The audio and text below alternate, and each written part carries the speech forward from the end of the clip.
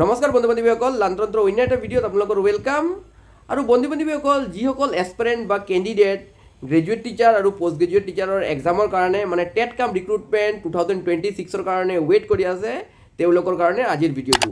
চ' যিসকলৰ মনত ডাউট আছে যে 2026ত টেট কাম ৰিক্ৰুটমেণ্ট এক্সাম হ'ব নে নহ'ব, সেইসকলে এই ভিডিঅ'টো ভালদৰে চাই ল'ব। ইয়াত মই কেইটামান টিপছ এণ্ড ট্ৰিক্স কৈছোঁ, এক্সাম কেতিয়া হ'ব, কোড অফ কণ্ডাক্টৰ বিষয়ত কৈছোঁ। চ' অভাৰঅল ভিডিঅ'টো বহুত ইম্পৰ্টেণ্ট, চ' উইদাউট স্কিপ কৰাকৈ চাব। আৰু যিসকল ফাৰ্ষ্ট টাইম মোৰ ভিডিঅ' চাই আছে, কাইণ্ডলি এটা সৰু ৰিকুৱেষ্ট, এই ধৰণৰ মোৰ ইম্পৰ্টেণ্ট আপডেটছৰ কাৰণে, টেট কাম ৰিক্ৰুটমেণ্ট এক্সাম বা অসম গভৰ্ণমেণ্টৰ যিকোনো ধৰণৰ এক্সামৰ কাৰণে মোৰ চেনেলটোক ছাবস্ক্ৰাইব কৰি ৰাখিব।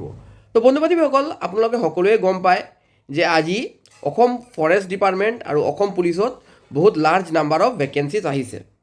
আৰু শিক্ষামন্ত্ৰী মহোদয়ে বহু কেইদিনমান আগতেই জনাইছিলে যে তেওঁ ডিচেম্বৰ মাহত নতুন নতুন ভেকেঞ্চি আনিব শিক্ষা বিভাগত। কিন্তু ডিচেম্বৰ পাৰ হৈ গ'ল, এতিয়া আহিছে জানুৱাৰী, আৰু জানুৱাৰী শেষ হ'বলৈ ধৰিছে। তো যিসকল এছপিৰেণ্ট আছে তেওঁলোকৰ মনত এটাই কুৱেশ্যন আৰু চিন্তাত আছে যে প্ৰিপেৰেশ্যনটো ষ্টাৰ্ট কৰিম নে নকৰোঁ, যদি এডভাৰটাইজমেণ্ট নাহে কি হ'ব, আৰু যদি ইলেকশ্যনৰ কোড অফ কণ্ডাক্ট লাগি যায় তেতিয়া কি হ'ব। চ' গোটেইকেইটা কুৱেশ্যনৰ এনচাৰ ওৱান বাই ওৱান মই আপোনালোকক দি আছোঁ।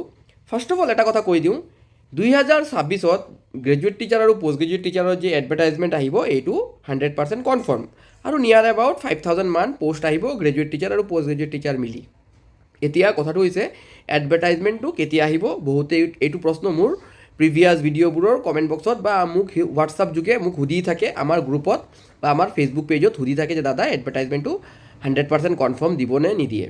তো মই আপোনালোকক এটা কথাই ছাজেষ্ট কৰিম যে এডভাৰটাইজমেণ্টটো 100% আহিব, কিন্তু কেতিয়া আহে এইটো লৈ অলপ ডাউট আছে।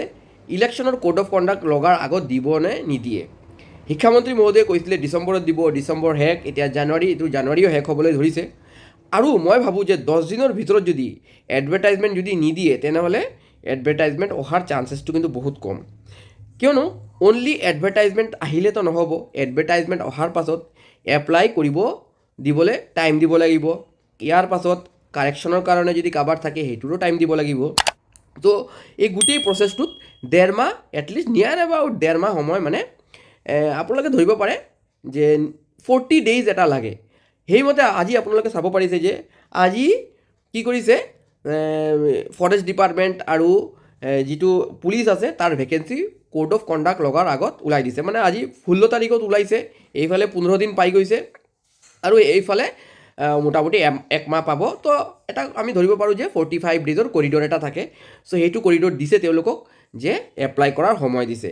চ' যদি শিক্ষা বিভাগৰ যদি এপইণ্টমেণ্ট আহিব লাগে, গ্ৰেজুৱেট টিচাৰ হওক পষ্ট গ্ৰেজুৱেট টিচাৰ হওক, এই দুটাৰে যদি এপইণ্টমেণ্ট বা ৰিক্ৰুটমেণ্ট যদি আহিব লাগে, এপইণ্টমেণ্ট যদি হ'ব লাগে, তেনেহ'লে এই 10 দিনৰ ভিতৰত বা এই 5 দিনৰ ভিতৰতে ইয়াৰ এডভাৰটাইজমেণ্ট আহিব লাগিব। এই 10 দিনৰ ভিতৰত ইয়াৰ যদি এডভাৰটাইজমেণ্ট নাহে তেনেহ'লে আপোনালোকে এইটো ধৰি ল'ব লাগিব যে ইলেকশ্যনৰ পাছত মানে নিয়াৰ এবাউট এই মানে জুন মাহত বা জুলাই মাহত ইয়াৰ এডভাৰটাইজমেণ্ট আহিব। কেলৈকে মই অলৰেডি মোৰ প্ৰিভিয়াছ ভিডিঅ'ত কৈছোঁ যে মাৰ্চ মাহত ইলেকশ্যনৰ যিটো প্ৰচেছ আছে সেইটো মানে কেম্পেইনিং গোটেইকেইটা কাম চলি থাকিব মাৰ্চ মাহত, আৰু এপ্ৰিল মাহত বিহুৰ আগত আৰু বিহুৰ পাছত 2টা বা 3টা ফেজত ইলেকশ্যন কৰাব, আৰু ইয়াৰ পাছতেই 10 দিনৰ ভিতৰতেই গণনা হ'ব। তো মে' মাহ এইটো গ'ল, তো ৰেজাল্ট আহোঁতে মে' লাষ্ট, তাৰপিছত জুন আৰু জুলাইৰ ভিতৰতে ইয়াৰ এডভাৰটাইজমেণ্ট আহিব। চ' আপোনালোকে ধৰিব লাগিব যে জুন মাহৰ পাছতে ইয়াৰ এডভাৰটাইজমেণ্টটো আহিব, যদি এই 10 দিনৰ ভিতৰত যদি এডভাৰটাইজমেণ্ট নিদিয়ে। আৰু যদি এই 10 দিনৰ ভিতৰত এডভাৰটাইজমেণ্ট দি দিয়ে তেনেহ'লেতো একো কথা নাই, আপোনালোকে এপ্লাই কৰিব পাৰিব, আৰু এই গোটেই প্ৰচেছটো সুন্দৰমতে আপোনালোকৰো অলপ টেনশ্যন কমিব। এতিয়া আহোঁ প্ৰিপেৰেশ্যনৰ ওপৰত কিছুমান কথা। এডভাৰটাইজমেণ্ট এটা কথা আপোনালোকে ধৰি ৰাখক, 100% আহিব। কিন্তু আৰু এটা কথা আছে, এই বছৰৰ যিটো গ্ৰেজুৱেট টিচাৰ আৰু পষ্ট গ্ৰেজুৱেট টিচাৰৰ যিটো এক্সাম হ'ব সেইটো কিন্তু লেভেল আপ এক্সাম হ'ব, আৰু ইয়াৰ কাৰণে কিন্তু আপোনালোকে বহুত ভালদৰে পঢ়া শুনা কৰিব লাগিব। কাৰণ আমি এইটো আগৰ পৰা দেখিছোঁ যে যেতিয়াই যিকোনো এটা এক্সাম প্ৰথমবাৰত হয়, ফাৰ্ষ্ট টাইম হয়, সেইটো অলপ ইজি হয়, আৰু ডে বাই ডে যিমান দিন পাৰ হয়, যিমানবাৰ এক্সামটো হৈ থাকে, ইয়াৰ লেভেল লাহে লাহে অলপ আপ কৰি দিয়ে। তো যোৱা বছৰত যিটো লেভেল আছিলে সেইটো এই বছৰ আৰু অলপ হাৰ্ড হ'ব, লেভেল আপ হ'ব।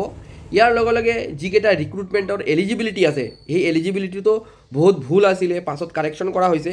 এইবাৰ এলিজিবিলিটিত আপোনালোকে কিছুমান কাৰেকশ্যন চাব পাৰিব, মেথছত হওক, ছায়েন্সত হওক। চ' এইবোৰত আপোনালোকে কাৰেকশ্যন চাব পাৰিব। ইয়াৰ লগে লগে পষ্ট গ্ৰেজুৱেট টিচাৰৰ এপ্লাইৰ ক্ষেত্ৰত কিছুমান কাৰেকশ্যন আহিব। যেনেকা এটা এক্সাম্পল আছিলে যে গ্ৰেজুৱেশ্যনত ছাবজেক্টটো থাকিব লাগিব, পষ্ট গ্ৰেজুৱেশ্যন সেইটো ছাবজেক্টতে হ'ব লাগিব। যদি আপুনি গ্ৰেজুৱেশ্যন এডুকেশ্যনত কৰে তেনেহ'লে আপুনি পষ্ট গ্ৰেজুৱেশ্যন এডুকেশ্যনত কৰিলে আপুনি এডুকেশ্যন ডিপাৰ্টমেণ্টত পষ্ট গ্ৰেজুৱেট টিচাৰ হ'ব পাৰিব। ইয়াত মই এটা কথা কৈ দিওঁ, এটা কথা এতিয়াও কিন্তু কনফিউশ্যনত আছে আৰু ডিপাৰ্টমেণ্টে এট প্ৰেজেণ্ট এইটো ক্লিয়াৰ কৰা নাই। মানে ফাৰ্ষ্ট টাইমত যিটো টেটকাম ৰিক্ৰুটমেণ্ট এক্সাম হৈ গ'ল এইটোতো হৈ গ'ল, কিন্তু এই বছৰ এইটো ক্লিয়াৰ কৰিব। কথাটো হৈছে ডিগ্ৰীত কিমান বছৰ বা কিমানটা ছেমিষ্টাৰ এই ছাবজেক্টটো আপোনালোকে মানে কেণ্ডিডেটজনে পঢ়িব লাগিব।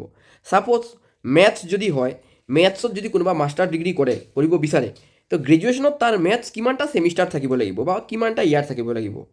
বহুতে কৈ আছে যে 4টা ছেমিষ্টাৰ এটলিষ্ট থাকিব লাগিব বা 2টা বছৰ একেলগে থাকিব লাগিব।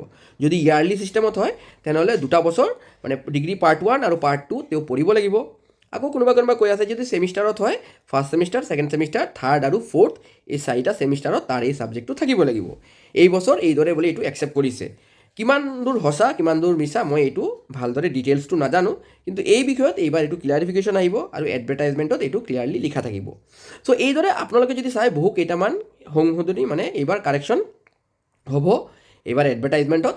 আৰু যদি আমি প্ৰিপেৰেশ্যনৰ কথা পাতোঁ তেতিয়া মই আপোনালোকক এটাই ছাজেষ্ট কৰিম, আপোনালোকে সেইকাৰণে যিহেতু এক্সামৰ লেভেল আপ হ'ব আপোনালোকে ভালদৰে পঢ়া শুনা কৰক, ষ্টাডি কৰক, ইনডেপ্থ ষ্টাডি কৰক। আৰু মই আপোনালোকক এটা কথা জনাব বিচাৰোঁ, চাইল্ড ডেভেলপমেণ্ট পেডাগজি যি ছাবজেক্টটো আছে এই ছাবজেক্টটোৰ ওপৰত মই মোৰ ক্লাছেছ লৈ আহিম। নোটছ বনোৱা অলম'ষ্ট মই ৰেডি কৰি লৈছোঁ, যিটো মই চেপ্টাৰ আনিম আৰু ক্লাছেছবোৰ মানে টপিক ৱাইজ থাকিব, ঠিক আছে। যেনেকৈ ফাৰ্ষ্ট লেচনত আহিব গ্ৰ'থ এণ্ড ডেভেলপমেণ্ট, ঠিক আছে, child's growth and development. Child's growth and ডেভেলপমেণ্টৰ ওপৰত যিমানকেইটা টপিক আছে, লাষ্ট নেচাৰ ভাৰ্চেছ নাৰ্চাৰ, ঠিক আছে, হেৰিডিটি ইনভাইৰমেণ্ট, এইটো গ্ৰ'থ এণ্ড ডেভেলপমেণ্টৰ লাষ্ট টপিক হয়। তো গ্ৰ'থ এণ্ড ডেভেলপমেণ্টৰ ভিতৰত যিমানকেইটা টপিক আছে মই এটা ভিডিঅ'ত পঢ়াম বা 2-3টা ভিডিঅ' আহিব, বাট কি হ'ব চেপ্টাৰ ৱাইজ গোটেইকেইটা ভিডিঅ' আপোনালোকে পাব আৰু বাই লেংগুৱেজত পাব, ঠিক আছে। বাই লেংগুৱেজ মানে অসমীয়াত মই যিমান পাৰিম মই অসমীয়া লেংগুৱেজত মই কথাকেইটা দি দিম। কি হ'ব আপোনালোকে এইকেইটা যেতিয়া এক্সামত এপিয়াৰ হ'ব বা নোটছ বনাব আপোনালোকৰ সুবিধা হ'ব। চ' বাই লেংগুৱেজ ক্লাছবোৰ আহিব, মই যিমান দূৰ পাৰিম বাই লেংগুৱেজ মই ট্ৰাই কৰিম অসমীয়াত দিবলৈ। চ' চাইল্ড ডেভেলপমেণ্ট পেডাগজি মই গোটেই কোৰ্চত যিমান আছে মই কৰাই দিম। আপোনালোকৰ কিবা ডাউট থাকিলে আপোনালোকে ইয়াৰ পৰা ক্লিয়াৰ হ'ব। ইয়াৰ লগে লগে মই যিমান দূৰ পাৰিম GK আৰু GSৰ ক্লাছো দিম। ইয়াৰ লগে লগে ইংলিছৰো কিছুমান ক্লাছেছ আনিম আৰু ক্লাছেছবোৰ ফ্ৰী হ'ব, ইউটিউবত আপলোড থাকিব, জাষ্ট আপোনালোকে তাৰ পৰা চাই নোটছ বনাই ল'ব। আৰু ইয়াৰ লগে লগে মই এটা টেলিগ্ৰাম চেনেল খুলিম, তাত গোটেইকেইটা মই PDF ক্লাছেছৰ PDF মই দি দিম, তাৰ পৰা আপোনালোকে নিজৰ নোটছ বনাই ল'ব। চ' মই মোৰ ফালৰ পৰা আপোনালোকক 100% হেল্প কৰিম, কিন্তু কথাটো হৈছে আপোনালোকে প্ৰিপেৰেশ্যন কৰিব লাগিব ইয়াৰ কাৰণে, ঠিক আছে। চ' কথাটো হৈছে যদি এডভাৰটাইজমেণ্ট এই 10 দিনৰ ভিতৰত আহি যায় তো ভাল কথা, আৰু যদি 10 দিনৰ ভিতৰত এই এডভাৰটাইজমেণ্ট নাহে আপোনালোকে অলপ ৱেইট কৰিব লাগিব। আফটাৰ ইলেকশ্যনে এইবোৰ এডভাৰটাইজমেণ্ট আপোনালোকে পাব, কিন্তু চান্সেছ আছে এই কেইদিনমানৰ ভিতৰত দি দিয়াৰ চান্সেছ আছে। চ' চাওঁ, লেটছ চি কি হয়। বহুতে কুৱেশ্যনকেইটা সুধিছিলে বা বাৰে বাৰে মেছেজ কৰি আছিলে, সেইকাৰণে মই আপোনালোকক জনাই দিছোঁ। চ' বেষ্ট অফ লাক, আপোনালোকে ভালদৰে প্ৰিপেৰেশ্যন কৰি থাকক আৰু কিবা যদি সুধিব লগা থাকে কমেণ্ট বক্সত কমেণ্ট কৰিব। চ' ডেটছ অল ফৰ নাও, থেংকছ ফৰ ৱাচিং দ্য ভিডিঅ'।